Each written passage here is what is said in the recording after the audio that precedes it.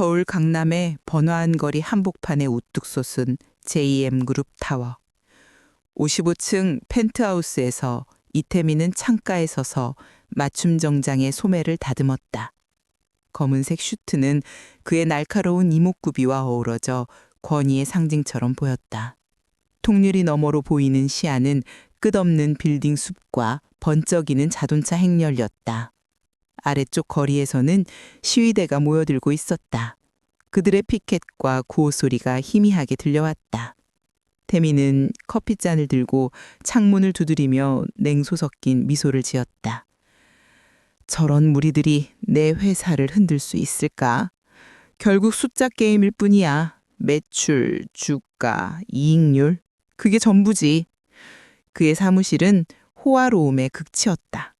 이탈리아산 가죽 소파, 최신형 모니터가 줄지어 서 있고 벽에는 유명 화가의 작품이 걸려 있었다. 비서가 문을 두드리고 들어와 보고서를 올렸다.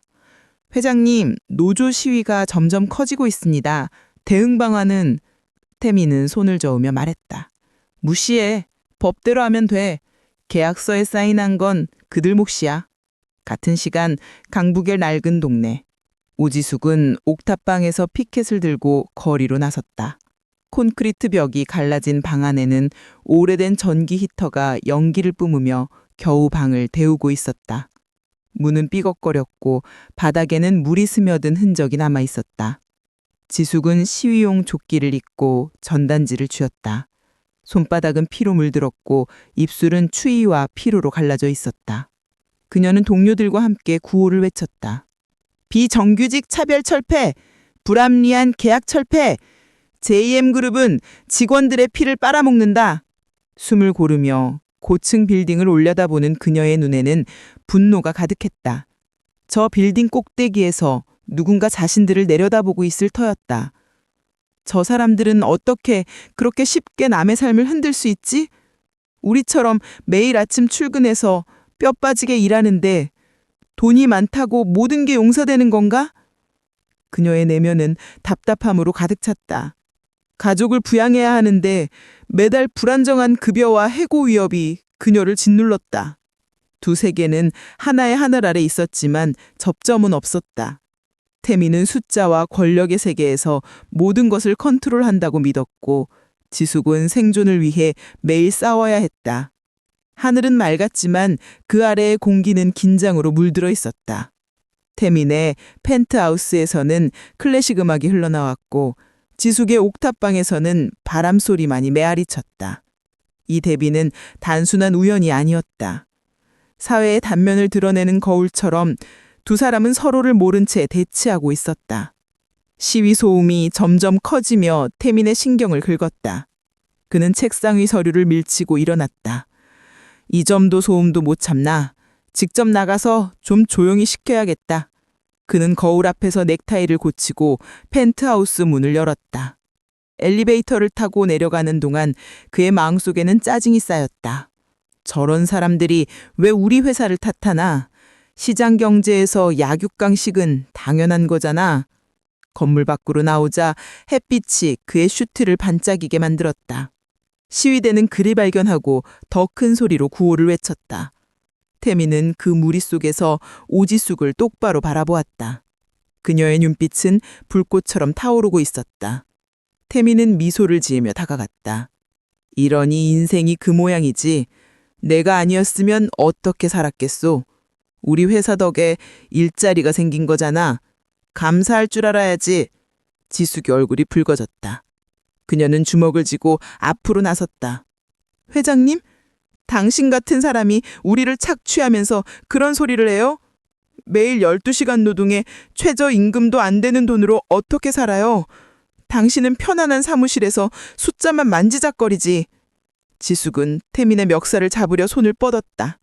그 순간 하늘이 어두워지며 먹구름이 몰려왔다. 갑작스러운 천둥 소리가 울리고 번개가 근처 변압기로 내리꽂았다. 폭발음과 함께 전기 스파크가 사방으로 튀었다. 태민의 내면은 이건 벌인가? 아니, 그럴 리가 없어. 내가 뭘 잘못했다고. 그의 시야가 흐려지며 의식이 멀어졌다. 지숙의 내면은 말도 안 돼. 설마 이게 현실이란 말이야? 번개가 사람을... 지숙도 눈앞이 깜깜해지며 쓰러졌다. 폭풍우가 쏟아지기 시작했다. 시위대의 함성이 비와 섞여 메아리 쳤고 기계음처럼 울리는 천둥이 당을 울렸다.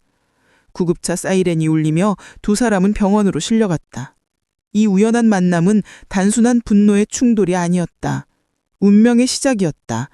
비가 거리를 적시며 두 세계가 처음으로 겹쳐지기 시작했다. 태민이 눈을 떴을 때 그는 낯선 병실에 있었다. 잡고진 침대가 삐걱거렸고 공기는 습하고 키퀴했다. 그는 손을 들어보았지만 그 손은 작고 거칠었다. 손톱은 닳아 있었고 피부는 노동의 흔적으로 거칠었다. 뭐야 이게? 그는 일어나 거울로 다가갔다. 거울 속에는 지숙의 얼굴이 비쳤다. 내 몸이 왜 이건 악몽이야. 그는 비명을 지르며 주저앉았다. 목소리마저 여자 목소리로 변해 있었다. 간호사가 들어오며 말했다. 지숙 씨 괜찮아요? 번개 맞아 기절하셨대요. 동료들이 걱정하네요. 태미는 혼란 속에서 대답했다. 지숙? 내가 왜... 그는 자신의 몸을 더듬으면 현실을 부정했다. 불안이 밀려왔다. 이게 어떻게 된 거지? 영혼이 바뀐 건가? SF 영화도 아니고. 반대로 지숙은 호화로운 병실에서 눈을 떴다. 침대는 푹신했고 방 안에는 꽃과 과일 바구니가 가득 차 있었다. 비서가 들어오며 스테이크를 챙겨주었다. 회장님, 의사 선생님이 안정 취하라고 하셨어요.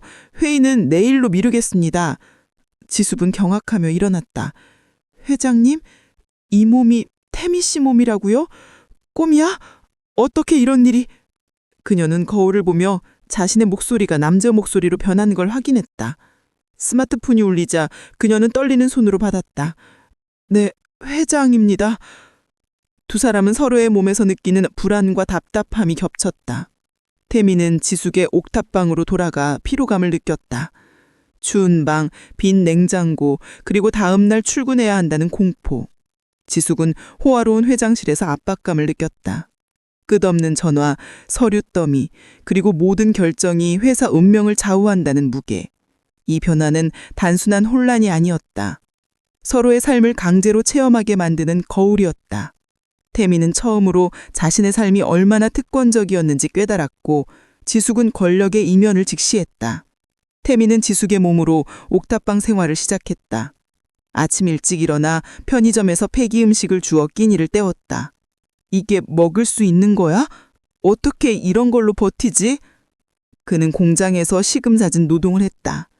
상사의 모욕적인 말투, 반복되는 작업, 피로가 쌓이는 몸.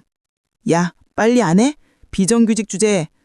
동료들의 한숨 소리가 그의 귀에 박혔다. 태민의 내면에는 처음으로 직원들의 고통이 이해되기 시작했다. 이걸 몰랐다니.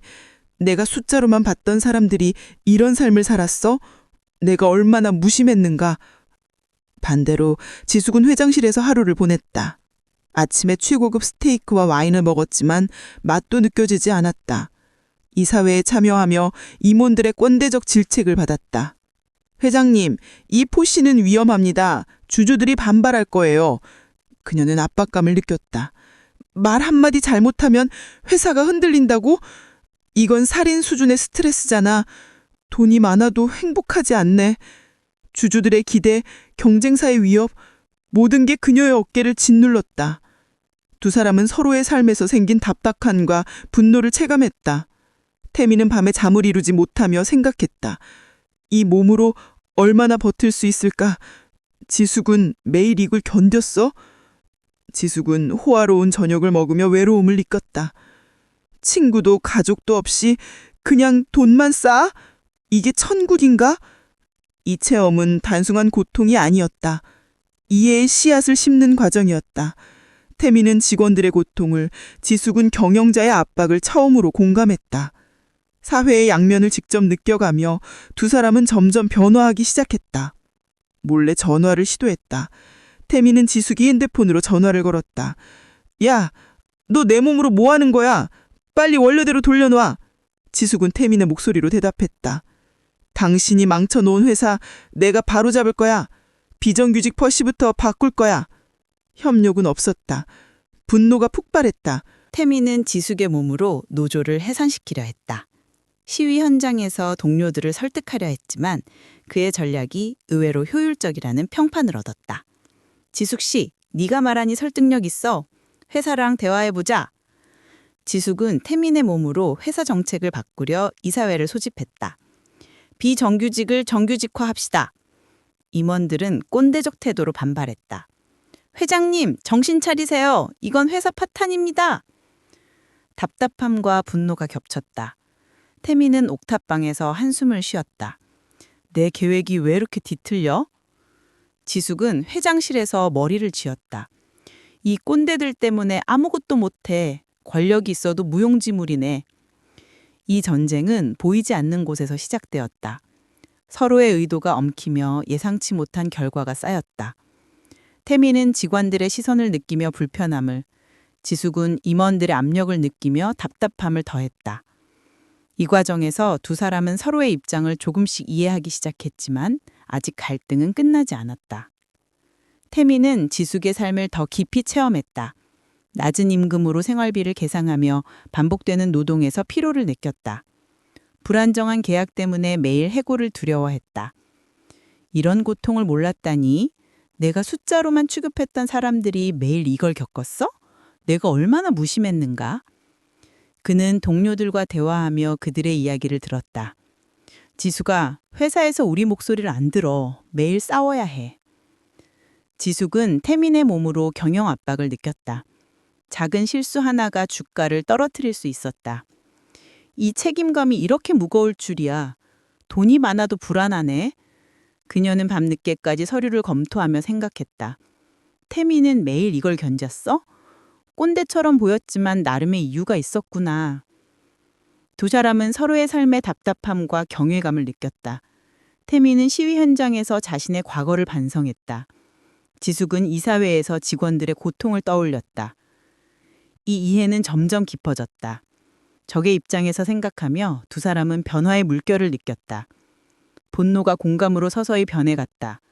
사회적 대비가 드러나며 두 사람은 서로를 단순한 적이 아닌 이해할 대상으로 보게 되었다. 지숙은 태민의 몸으로 비정규직 정규직화 안건을 내밀었다. 이사회에서 발표했다. 이제부터 공정한 정책으로 갑니다. 임원들은 충격받아 회장님 미쳤어요. 주주들이 반발할 거예요. 라고 몰아세웠다. 그녀는 꼰대적 태도에 맞서 싸웠지만 압박이 컸다. 태민은 지숙의 몸으로 시위를 저지하려 했다. 동료들을 설득하며 전략을 펼쳤지만 오히려 지숙 씨 덕에 희망이 보이네? 라는 지지를 받았다. 아이러니하게 서로의 계획이 뒤엉켰다. 답답함과 꼰대적 권력감이 폭발했다. 태민은 지숙의 몸에서 겸손과 인내를 배웠다. 직원들의 목소리를 들어야 해. 지숙은 태민의 몸에서 권력의 무거움을 느꼈다. 이게 쉬운 일이 아니었어. 이 결과는 의도하지 않았지만 변화의 촉매가 되었다. 두 사람은 서로를 탓하면서도 성장의 기회를 얻었다. 회사 분위기가 서서히 변하기 시작했다. 적대적 M&A 세력이 회사 혼란을 틈타 공격을 시작했다. 경쟁사가 주식을 사들이며 회사를 넘기려 했다. 회사가 넘어가면 두 사람 모두 모든 것을 잃는다. 태민과 지숙은 밤마다 통화로 전략을 짰다. 조금만 배려해봐. 내 몸으로 함부로 하지 마. 지숙, 왜 내가 배려해야 하죠? 당신 탓에 이 지경이잖아요. 분노와 답답함 속에서도 서로를 이해하며 강제로 연합했다. 직원들과 임원들, 시위대까지 모두 긴장 속에 모였다. 서로의 의도를 탐색하며 전쟁 같은 협상이 진행되었다. 태민은 지숙에게 내부 정보를 주고 지숙은 직원들의 마음을 움직였다. 이 휴전은 필수적이었다. 공동의 어적 앞에서 두 사람은 처음으로 팀이 되었다. 꼰대적 태도와 분뇨가 잠시 멈추며 협력이 싹텄다. 태민은 지숙에게 경영 노하우와 내부 정보를 전달했다. 이 데이터로 주주들을 설득해. 지숙은 직원들의 마음을 움직여 파업을 막았다. 회장님이 변했어요. 함께 싸웁시다. 주주총회에서 회장과 노조가 한 목소리로 회사를 지지했다. 태민, 저 사람도 나처럼 답답했겠지. 이제 이해해. 지숙, 꼰대가 필요할 때도 있구나. 그의 전략이 도움이 돼. 두 사람은 서로를 경멸하면서도 이해하게 되었다. 기적 같은 연합으로 M&A를 막았다. 회사 안정이 되면 두 사람은 성장했다. 이 작전은 단순한 승리가 아니었다. 이해의 결실이었다. M&A가 무산된 후에는 정전기가 다시 흐르며 두 사람의 영혼은 제자리로 돌아왔다. 병실에서 눈을 뜬 태미는 자신의 몸을 확인하며 안도했다. 지숙도 마찬가지였다. 서로를 마주한 순간 낯설지만 익숙한 눈빛이 스쳤다. 고마워. 그리고 미안해. 태민이 말했다. 지숙은 미소 지었다. 나도요. 몇 달 후 JM그룹에는 대대적인 복지 개혁이 이루어졌다. 비정규직, 정규직과 임금 인상, 복지 확대. 회장실과 노조 사무실 사이에는 상생협력이라는 새로운 문이 열렸다. 태미는 직원들의 목소리를 듣기 시작했고 지숙은 노조를 이끌며 회사와 협력했다. 두 사람은 사랑에 빠지진 않았지만 서로를 깊이 이해한 동지가 되었다. 분노, 꼰대적 태도, 답답함, 사회적 대비까지 경험한 후에 이제 같은 목표를 향해 함께 걸어갈 수 있었다. 하늘 아래 두 세계가 하나로 연결되었다. 이 변화는 작은 번개에서 시작된 기적이었다.